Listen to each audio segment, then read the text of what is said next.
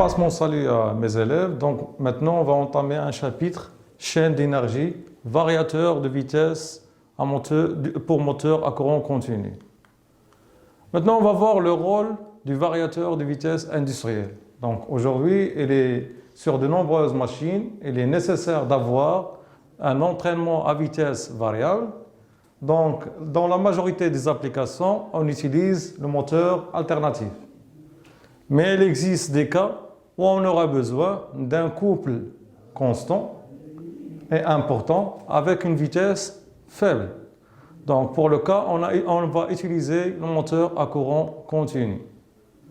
On passe à la constitution.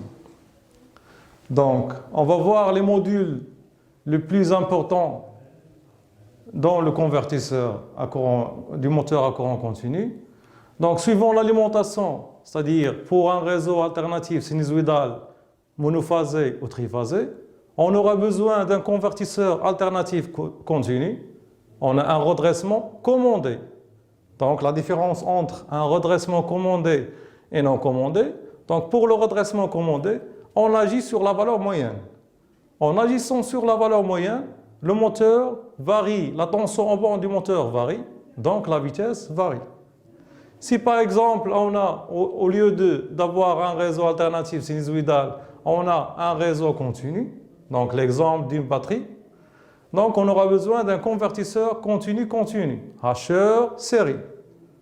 Donc le hacheur série varie la valeur moyenne, automatiquement varie la tension en borne du moteur, et la conséquence, c'est la variation de la vitesse du moteur. Donc maintenant, on va voir le principe de fonctionnement pour faire varier la vitesse du moteur à courant continu. Donc, dans le diaporama, on a une alimentation électrique par une tension fixe, continue ou alternative, suivant le réseau. Donc ici, on a référence vitesse, c'est-à-dire c'est une tension réglée par l'opérateur, consigne réglée par l'opérateur. Cette tension, elle donne la vitesse souhaitée sur le moteur. Donc, on a le couple du moteur K', la formule ديالو. قلت لي ديالو. ياك. نعاودها. On a le couple. On a le couple K' fois le flux fois I. Donc le couple C, c'est le couple du moteur. K', c'est le coefficient dépendant de la machine. Le flux dans l'inducteur. I, c'est l'intensité dans l'induit. Ici, c'est l'excitation séparée. Donc là, on va régler la vitesse du moteur à une excitation séparée sous une tension constante en agissant sur la tension de l'induit. Donc N, on a N, la formule de N, U égale N égale à U moins R fois I sur N fois le flux.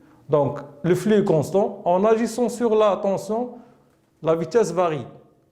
Donc le principe pour faire varier la vitesse du moteur à courant continu, donc un couple important, c'est la seule possibilité de faire varier la tension. Donc on va faire varier la tension d'induit en maintenant une tension d'excitation constante. Le variateur délivre au moteur une tension continue variable proportionnelle à la valeur de la référence tension. La référence vitesse affichée par un opérateur, c'est-à-dire l'opérateur qui va agir sur la référence vitesse, correspond ainsi à une vitesse de rotation du moteur. En réalité, cette vitesse, c'est-à-dire du moteur, ne dépend pas que de la référence vitesse, mais elle dépend aussi de la charge du moteur, ses caractéristiques et son environnement. Maintenant, on va voir le principe de fonctionnement d'un variateur régulateur de vitesse électronique. Donc, pour avoir une vitesse constante sur le moteur à courant continu, donc on aura besoin d'un système d'asservissement, c'est-à-dire d'avoir régulé la vitesse.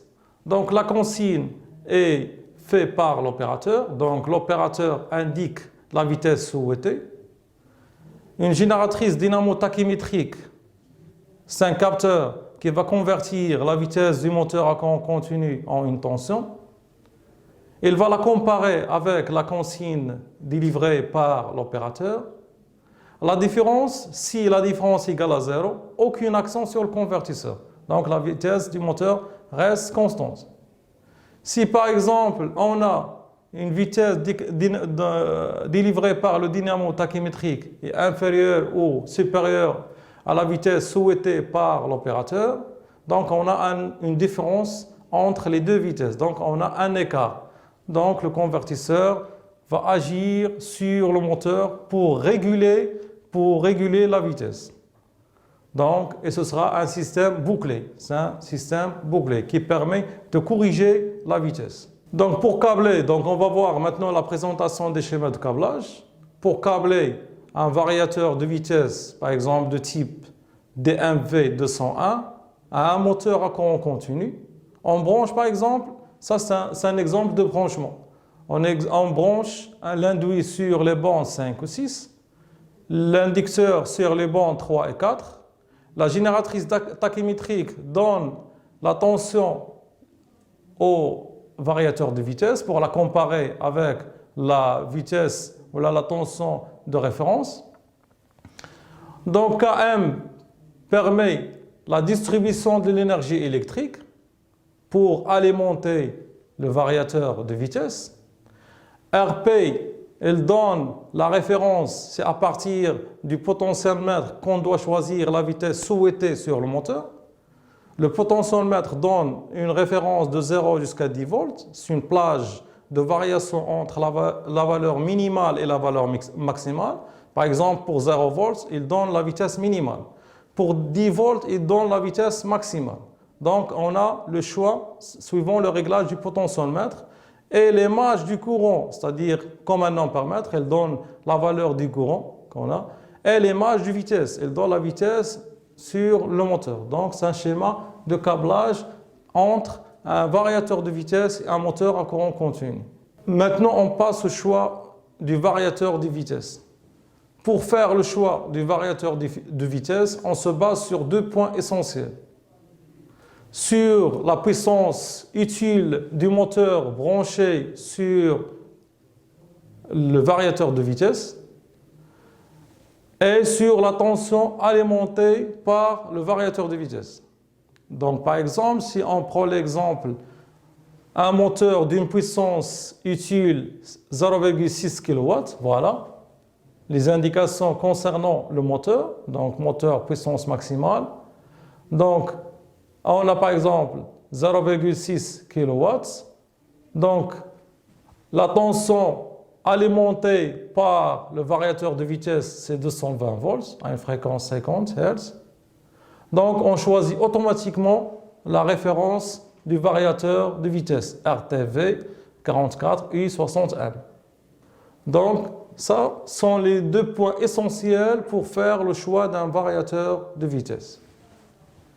Donc, le cours est terminé. Je passe mes saluts à tous les élèves.